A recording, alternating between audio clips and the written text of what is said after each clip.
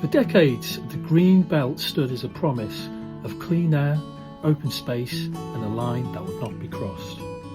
But that promise is being broken, quietly, systematically.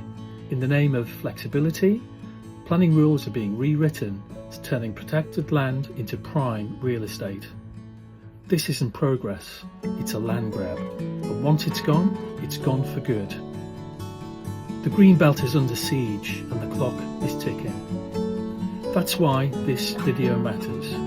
We'll track the scale, speed and impact of development proposals threatening our village, plans that far exceed what any rural community should be expected to absorb. This is about awareness, about action, about protecting what's ours before it's too late.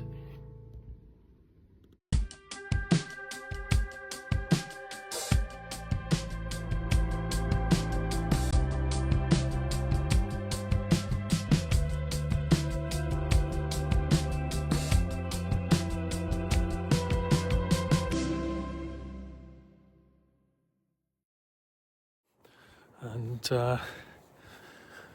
so it's a beautiful day here in Normandy. So to continue the chronology and the recording of history here in Normandy, just wanted to bring to your attention some of the stuff that's going on in the field at the moment. So I don't know if you can see, my big fat head might be in the way, but let's spin this round. To have a bit of a conversation with some of the people about what exactly is going on. So they may or may not wish to appear on camera, but I'll have a conversation and get an update on what exactly is going on, because it looks like things are moving forward quite quickly. I'd imagine what's going on is that the development company, Taylor Wimpey, are assessing the land, working out how they're going to build houses. But I think the concerning thing for the community is how quickly stuff's going on. So I'll be back to you shortly. Okay, so here I am. I'm going to go and chat to one of the engineers. I'm actually on the field at the moment in one of the trucks. It looks like they're collecting soil samples, so maybe they're evaluating the quality of the soil. I don't know, but let's see what I can find out. Okay, I didn't want to record anyone there, because essentially it's people just doing their jobs. So they've been contracted by either the marketing agency or Taylor Wimpey to do some soil analysis and ground analysis. So you can see a big kind of pile driving machine in the far end, which they're using to bore and get an analysis of the soil, so they understand what they can and can't build on the land. So I think we can safely say that on this date in mid-November, things are afoot and plans are being put in place to work out what can be built and where. So I'd imagine you're probably going to see these guys over the next few weeks doing their analyses on the different parts of the land where building is due to take place. So that's that for today. Right, so I'll just take these off so you can hear what I'm saying. So I just finished park run in Guildford at Stoke Park. So what I'm going to be doing at some stage later today, as I said previously, I want to look at Ash, which is near Normandy, which has had a planning application approved, I think back in 2017, for 400 houses and amenities such as a new doctor's surgery, Sang, which is going to be in the form of a country park, and some play areas as well.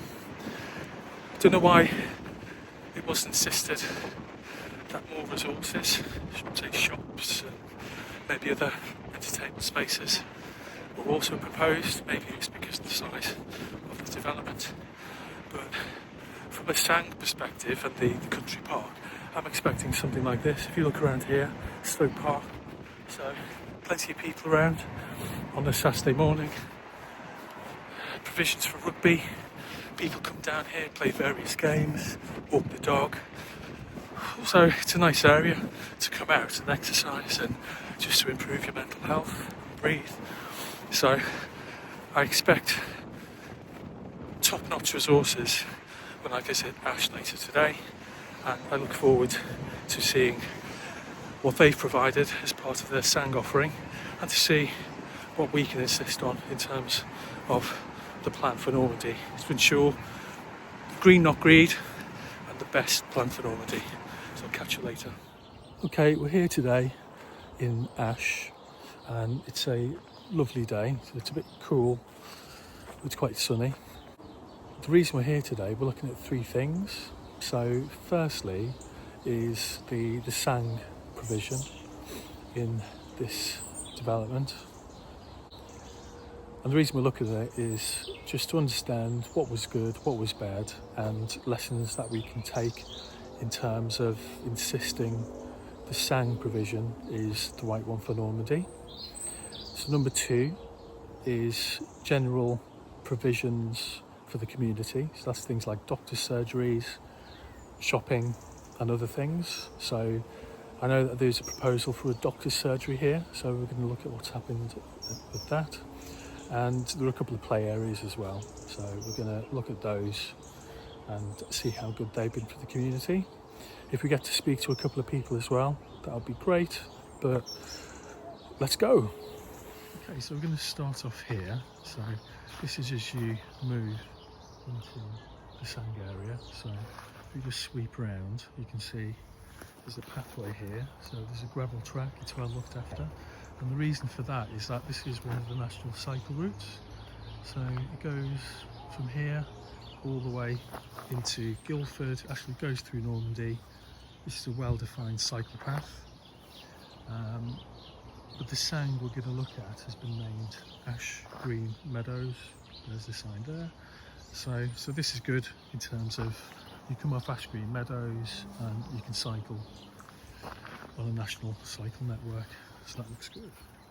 Okay, so this is Ash Green Meadows. So this is the sang area that was created as part of the Ash Green development of, I think it's about 340 houses in the end. Planning permission was given for 400.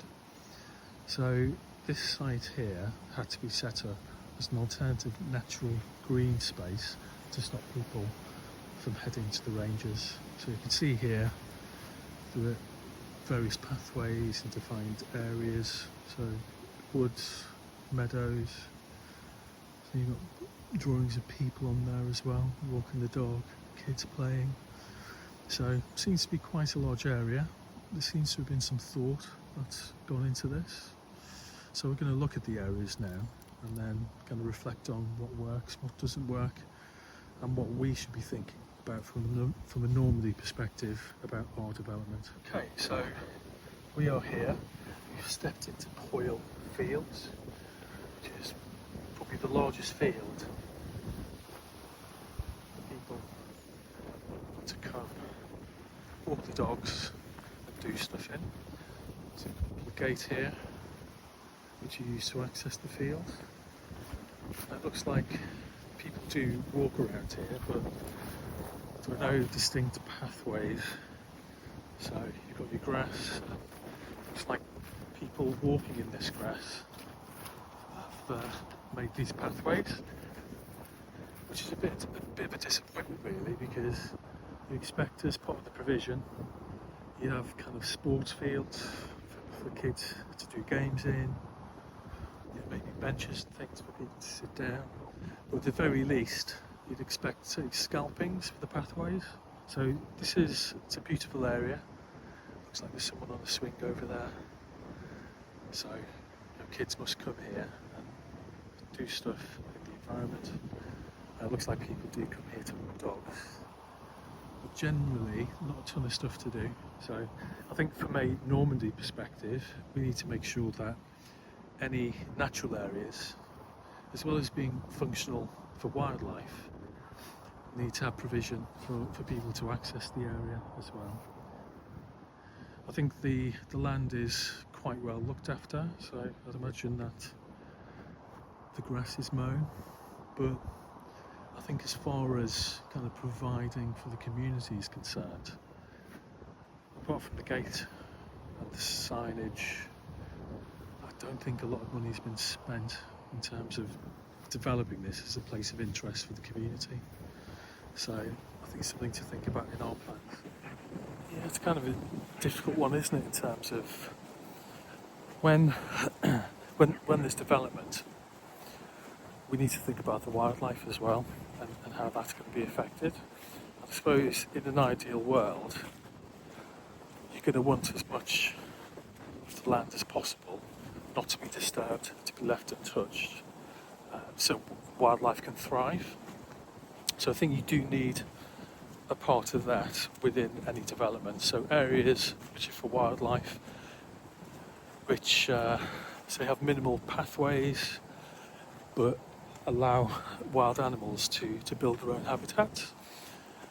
But also, you don't want areas going to rack and ruin as well.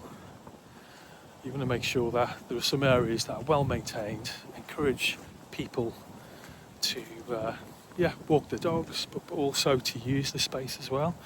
So maybe it'd have been useful to have a bit of a park here, maybe in terms of accessibility, making it easy to access, because it does feel like it is kind of on the outskirts of the development, very hard for you to access. But when you're here, there's no denying that it's an absolutely beautiful space. On a day like today, absolutely wonderful. Okay, so that was an interesting conversation. So met a really nice couple that live on the edge of the estate, so on one of the new houses. And again, it's a Taylor Wimpey house.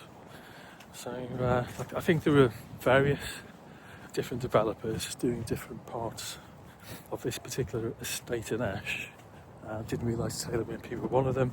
And they were talking about the snagging problems and an issue that they had where there was a massive leak. They had to call out their insurance. And this was after having the house for 10 years. And then when a hole was dug into the wall, it exposed a leaking pipe, which had been leaking since the house had been built. So, not very good publicity for Taylor Wimpey, unfortunately. Right, so another thing they were talking about as well is the fact that generally this field hasn't been cut in the past, so the grass hasn't been cut, but has been cut recently. Used to suffer from flooding as well, so you couldn't really bring your dog, your pets down here. Couldn't come for dog walks, and again, you aren't kind of slipping and sliding all over the place here because there are no pathways. So I think this is quite a major issue in terms of anything that's promised for Normandy. Again, we need to go into the planning and make sure planning's meticulous and we understand exactly what we're going to be getting in these spaces. So it looks like there's a pond here, and according to the people I was speaking to, it's a boardwalk area that's been created as well by class. I found the boardwalk area. So this looks like a place where some money has been spent. So we just come off one field onto another, and there's a small stream hidden underneath the brambles. But here's a boardwalk area. So this is good, I suppose. I've got some scalpings to the left here. Okay. So this is probably what they're suggesting, to go play across the area of land which gets flooded quite a lot in Normandy. You can see you've got some kids playing over there as well. So hey, so this looks good. So this would be a good idea, but it just goes to show, I think all space provision needs to be planned I like this. Yeah, I think the nice thing about this area as well is that there's a lot of nature around here, so you don't have access to the parts over there. A lot of brambles, a lot of places for animals to live and to forage. So I think this is a good idea in terms of having a thoroughfare through an area which is left kind of wild for the natural environment. Okay, so this is quite interesting. So you've got an entry point here which does have scalpings down. I'd have expected this to be present in the whole of the field, and maybe the bigger field to be used as more of a play area. So maybe some fields where we can play football, maybe improve the accessibility to those fields as well. You can see here, so this is a path made of scalpings. So you've got the more flooded area to the left and right, which you don't have access to, and that makes sense. And then that leads to the boardwalk just behind those trees over there. So this, the start, probably the start of the pathway makes sense, but it makes you think, did money run out when it came to planning the rest of the area? Okay, back to the map again. So you can see you are here, Cardinal Meadows. So I get it now. So you've got the surfaced footpath, which is in the solid yellow, and then the mown footpath, which is in the dotted yellow. So a lot of it is supposed to be mown footpath, but the issue with that is by having mown footpath is if it gets muddy, you ain't going to be able to walk on it. So it's quite a massive area now. Yeah. So it's really good for nature, but I just think it could have been a bit better thought out in terms of access and the number of people using the area. Because, as I said, the whole idea behind the SANG provision is to stop people going elsewhere for their mental health and their leisure and their walks. So I think a lot of thought needs to be put into what's planned for the development in Normandy, and we really do need to insist that money is spent on the natural areas. One of the things I was speaking to the people that I just spoken to about was the concept of a ground rent. So there are certain houses in the development that aren't adopted by the council that have to pay for maintenance of the land. So that's another question as well, in terms of, is there going to be an outside company that's going to be contracted to maintain the land? And I think that would be what the idea would be from Taylor Wimpey. Or would the Normandy Parish Council be paid to do that job? So if you look here, you've got a gate here, so that's all good. Okay, so what are my final thoughts when it comes to the SANG area? So the site of alternative nature, or whatever it was. Okay, so what are my thoughts about the SANG area? So it's a good size. Good amount of nature which has been kept, so a lot of very mature areas, a lot of overgrown areas where animals can hide, live and forage. So that's really good. I really like the idea of this boardwalk over the damper, the wet areas that will be prone to flooding. So there's no way that you could take a dog for a walk along here. So I like the areas that have the scalpings as well, but I feel that could have been spread to a lot more of the areas. And again, that might be something due to cost. So I think from a Normandy perspective, got to make sure that whatever's in the plan is fully thought out and works for the community. Need to think about provision for kind of activities and how people are going to use the land. So I think the thought process around just having pathways for people to walk their dogs. We already have that actually in Normandy by the Normandy Cafe and the village hall, so that works quite well, but it's a smaller area. At least you've got the cafe to go to, and there are other places in Normandy where you can play football, and there's the cricket green. So I think that in the Sang, and I'm talking about the Sang in terms of the space actually within the development, rather than the Sang area that's being proposed a few hundred metres, well, probably about a kilometre away, quite far away, because that just will not work at all, because no one will go there, it'll be inaccessible, it'll be an absolute waste of money. So really the more sensible option is to expand the Sang provision, make sure it delivers within the actual environment itself. Yeah, so the Sang provision as it's proposed at the moment just will not work at all. So it's too far away from the development. It's good for the west of Normandy because it would cover any need there. But if you're looking at covering off what's happening in the development and Normandy as a whole, it's just bad. It's just not been thought through very well at all. So the better idea would be to reduce the quantity of the housing in the main development significantly and building out the Sang provision there instead, with a good thought process so that it's being used effectively for the community. I think that within Ash this has been a real missed opportunity, because you could have park runs going on here, you could have kids playing football, but I don't think that you can really do that because of the lack of investment in the area. I think more money could have been done, having been spent in the area.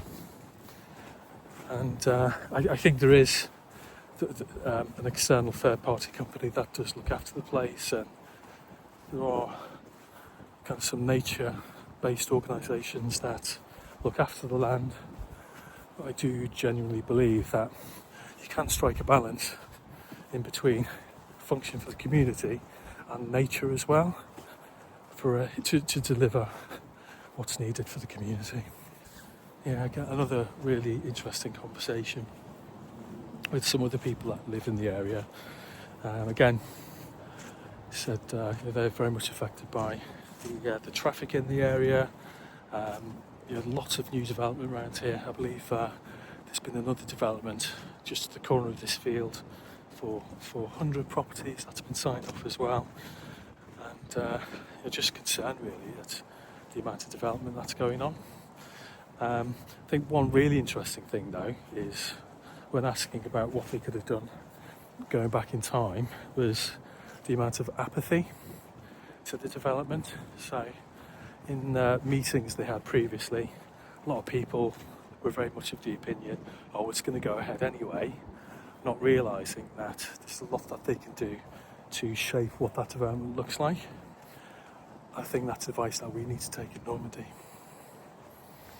Okay, and then we have the play area, which was part of the plan as well. So this looks fairly well stocked, well maintained, quite modern. I know that we have one in Furlands.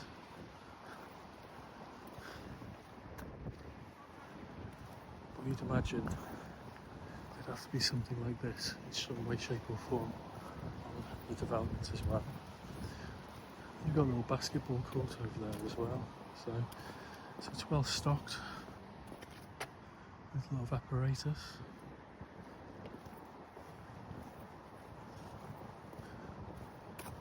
It's interesting as well on modern developments where you have these natural areas as well which are cordoned off. So I presume this is to help with drainage and to stop any potential flooding in the area as well. I imagine all the trees that you see as well have been retained from what was here originally. And then at the back there see the original housing, an older estate. So I'm just thinking about things that I've learned in terms of coming around here and some of the conversations that I've had. I think what's quite evident is that when it starts, it'll then just proliferate and go on and go on and go on. So I think the risk to Normandy is one development could then lead to a lot more. So we're seeing that already with the planning application by Gleason's Homes for 200 just on the edge of Normandy. But in my humble opinion, should this be approved, we're going to get more of this in the future. So maybe one of the actions for us as a community is to just, I suppose, number one, put together a plan in terms of Normandy's local plan for the right development, and then secondly, maybe understand who owns the land in the area, build up a bit of a relationship with them. So my final thoughts and conclusions then. I think